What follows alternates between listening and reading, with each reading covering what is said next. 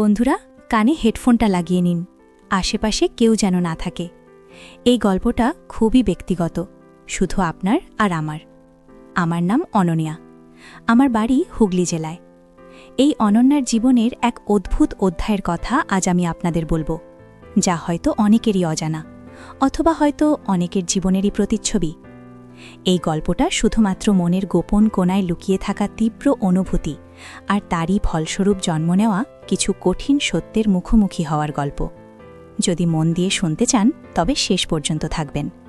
আমার চ্যানেলটা সাবস্ক্রাইব করতে ভুলবেন না কিন্তু। আমি তখন নতুন বউ, সবে 6 মাস হয়েছে বিয়েটা হয়েছে। স্বামী শুভ্র শহরে একটা ভালো চাকরি করেন। সকাল হলেই বেরিয়ে যান, ফিরতে ফিরতে রাত। বাড়িতে আমি, আমার শাশুড়ি মা আর শুভ্রর ছোট ভাই, আমার দেবর অনিশ। অনিশ তখন সবে কলেজের প্রথম বর্ষে। ছিপছিপে গড়নের ছিলে, লম্বা, ফর্সা আর চোখে মুখে একটা বুদ্ধির ঝলক। প্রথম প্রথম দেবর হিসেবেই দেখতাম তাকে, আর 10টা পরিবারের মতোই একটা স্বাভাবিক সম্পর্ক। শাশুড়িমা একটু অসুস্থ মানুষ, বেশিরভাগ সময়টা বিছানাতেই কাটাতেন। ফলে বাড়ির সব কাজ, রান্নাবান্না, গুছিয়ে রাখা সবটাই আমার উপর এসে পড়ল। আমি হাসি মুখে সবটাই সামলাতে লাগলাম। নতুন সংসার, নতুন দায়িত্ব, একটা অন্যরকম ভালো লাগা কাজ করত। কিন্তু দিনের শেষে যখন শুভ্র ফিরত, সে এতটাই ক্লান্ত থাকত যে আমার সঙ্গে কথা বলারও যেন তার সময় থাকত না। দুটো কথা বলতে গেলে তার বিরক্তি স্পষ্ট বুঝতাম। আমি বুঝতে পারতাম সে ক্লান্ত, কিন্তু একটা নতুন বউ হিসেবে আমারও তো কিছু চাহিদা থাকে, কিছু কথা বলার আকাঙ্ক্ষা থাকে। দিনের পর দিন এই একাকিত্ব আমাকে ভেতরে ভেতরে কুঁড়ে খাচ্ছিল। এই বাড়ির খোলা ছাদটা ছিল আমার সবচেয়ে প্রিয় জায়গা। দুপুরে খাওয়ার পর শাশুড়িমা ঘুমিয়ে পড়লে আর অনিশ কলেজ চলে গেলে আমি একটু ছাদে গিয়ে বসতাম। খোলা বাতাস, মাথার ওপর নীল আকাশ, সব মিলিয়ে একটা অদ্ভুত শান্তি পেতাম। আমার পরনে থাকত সাধারণ সুতির শাড়ি, কখনো বা সালোয়ার কামিজ।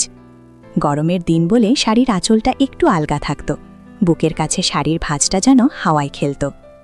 আমি খুব সাধারণ মেয়ে, তবে আয়নায় নিজেকে দেখলে একটু ভালোই লাগত।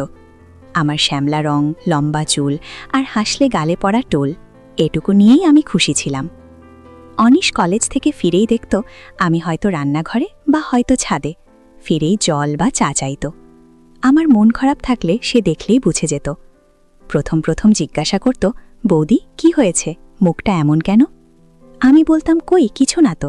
সে কিন্তু নাছোড়বান্দা, জোর করত বলার জন্য। একদিন দুপুরে আমি ছাদে বসে বই পড়ছিলাম। আমার পরনে ছিল একটা হালকা নীল রঙের সুতির শাড়ি।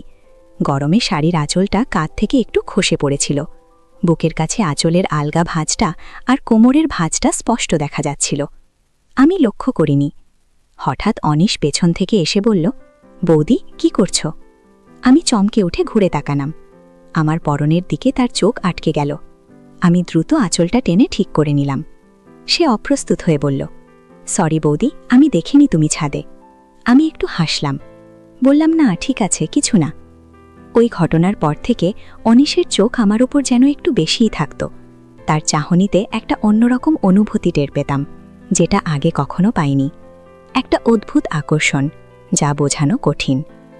আমার একাকিত্ব, শুভ্রর অবহেলা সব মিলিয়ে আমার মনটা যেন নরম হয়ে উঠছিল।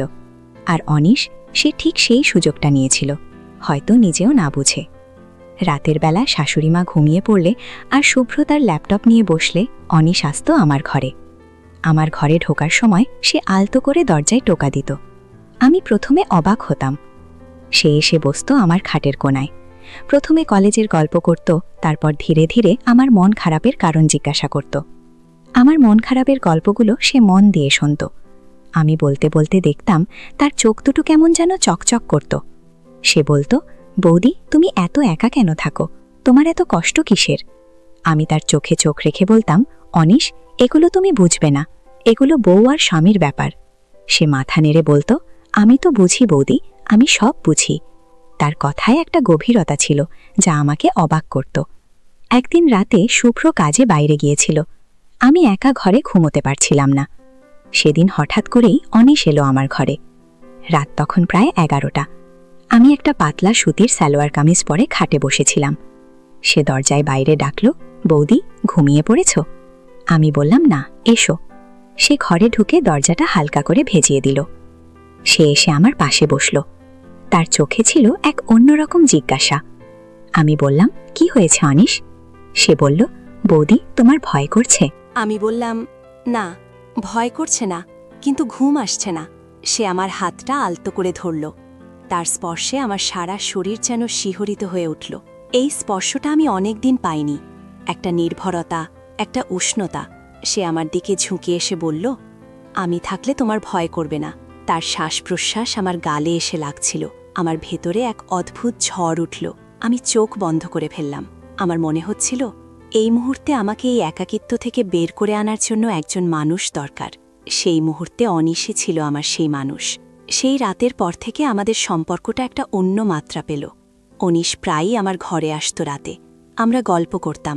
তার চোখের ভাষা, তার হাতের ছোঁয়া, সবকিছুই যেন আমাকে এক অন্য জগতে নিয়ে যাচ্ছিল।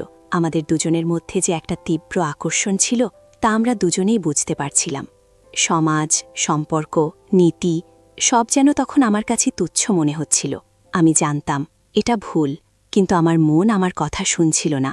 আমি ভালোবাসাহীন এক সম্পর্কে হাঁপিয়ে উঠছিলাম, আর অনিশ যেন আমার সেই হাঁপিয়ে ওঠা জীবনে এক ঝলক স্বস্তির বাতাস এনেছিল। সে আমাকে এমনভাবে দেখত যা শুভ্র আর দেখত না। সে আমার ছোট ছোট খুশির কারণগুলো খুঁজে নিত। আমি কি ভালোবাসি, কি পড়তে পছন্দ করি, সব খুঁটিয়ে খুঁটিয়ে জানত। একদিন দুপুরে শাশুড়িমা ঘুমোচ্ছিলেন। অনিশ কলেজে যায়নি সেদিন, জ্বর এসেছিল তার। আমি তাকে ঘরে গিয়ে ওষুধ খাইয়ে দিয়েছিলাম। আমি যখন তার কপালে হাত দিয়ে জ্বর দেখছিলাম, সে আমার হাতটা শক্ত করে চেপে ধরল। তার চোখ ছিল ছলছল। সে বলল, বৌদি, তুমি ছাড়া আমার কেউ নেই। তার এই কথাগুলো আমার বুকে এসে বাজল। আমারও যেন মনে হচ্ছিল, আমারও তো কেউ নেই। শুভ্রর অবহেলা আমাকে এই মানুষটার দিকে আরও ঠেলে দিচ্ছিল। আমি ওর পাশে বসলাম, ওর হাতটা ধরে বললাম, কি বলছিস এসব? আমি তো আছি। আমার পরনে ছিল একটি হালকা গোলাপি রঙের শাড়ি। শাড়ির আঁচলটা একটু এলোমেলো ছিল। আমার ঘাড়ের পাশে কিছু চুল মুখের ওপর এসে পড়েছিল। ওর স্পর্শে আমার মনে হচ্ছিল যেন আমার সারা শরীর বিদ্যুতের মতো কেঁপে উঠছে। ও আমার দিকে তাকিয়ে শুধু বলল, তুমি খুব সুন্দর বৌদি। তার কথাগুলো আমার কানে মধুর সঙ্গীত হয়ে বাজল। সেই মুহূর্তে সমাজ, পরিবার সব বাঁধ ভেঙে যাচ্ছিল। আমি জানি আপনারা ভাবছেন, এটা কিভাবে সম্ভব, একজন দেবর আর তার ভাবির মধ্যে এমন সম্পর্ক। কিন্তু মন আর আবেগের কোনো বাঁধ মানে না। যখন একজন মানুষ তীব্র ভালোবাসার অভাবে ভোগে, তখন একটু সহানুভূতিও তার কাছে বিশাল কিছু মনে হয়। আর অনিশ, সে শুধু সহানুভূতিই দিত না, সে আমাকে বোঝাতে শুরু করেছিল যে আমি কতটা সুন্দর, কতটা মূল্যবান। শুভ্রর কাছ থেকে যে প্রশংসার অভাব ছিল, অনিশ সেটা পূরণ করত। সে আমাকে নতুন করে বাঁচতে শেখাচ্ছিল। তবে এর পরিণতি যে কত ভয়াবহ হতে পারে, তা আমি তখনও আঁচ করতে পারিনি।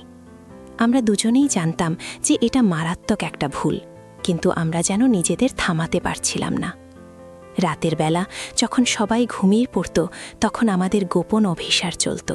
কখনো ছাদে, কখনো অনিশের ঘরে, আবার কখনো আমার ঘরে।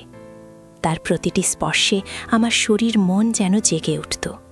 সে আমাকে যেভাবে দেখত, যেভাবে ছুঁয়ে দিত, তাতে আমার মনে হতো আমি যেন পৃথিবীর সবচেয়ে সুন্দর নারী। এই ভুল সম্পর্কটা আমাকে যেমন আনন্দ দিত, তেমনি দিত এক তীব্র অপরাধবোধ। রাতের শেষে যখন অনিশ তার ঘরে ফিরে যেত, আমি আমার খাটে শুয়ে শুধু কাঁদতাম।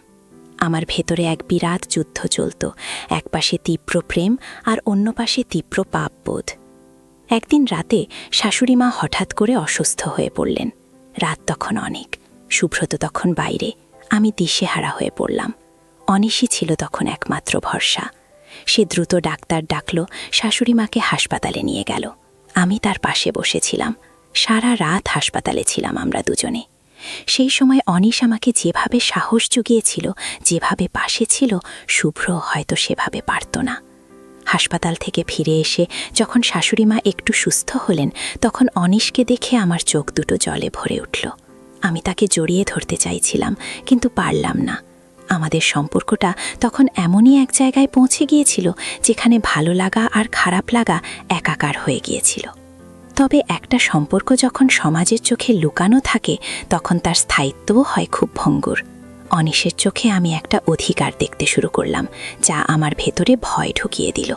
সে প্রায়ই বলতো, তুমি শুধু আমার বৌদি। আমার মনে হচ্ছিল আমি যেন তার জালে ফেসে যাচ্ছি। আমি এই সম্পর্ক থেকে বেরিয়ে আসতে চাইতাম, কিন্তু পারতাম না। অনিশ আমার মানসিক দুর্বলতার সুযোগ নিত। সে যখন দেখত আমি একটু দূরে সরে যেতে চাইছি, তখন সে এমন কিছু কথা বলতো বা এমন ব্যবহার করত যে আমার মনে হতো সে আমাকে ছাড়া বাঁচতে পারবে না। এটা একরকম মানসিক ব্ল্যাকমেইলই ছিল, যা আমাকে আরও বেশি করে আটকে রাখছিল। সে বলতো, তুমি যদি আমাকে ছেড়ে যাও তাহলে আমি মরে যাব, আমি সবাইকে সব বলে দেব। তার এই কথাগুলো আমাকে আরও ভীত করে তুলত। আমি আমার সম্মান, আমার সংসার সব কিছুর ভয়ে চুপ থাকতাম।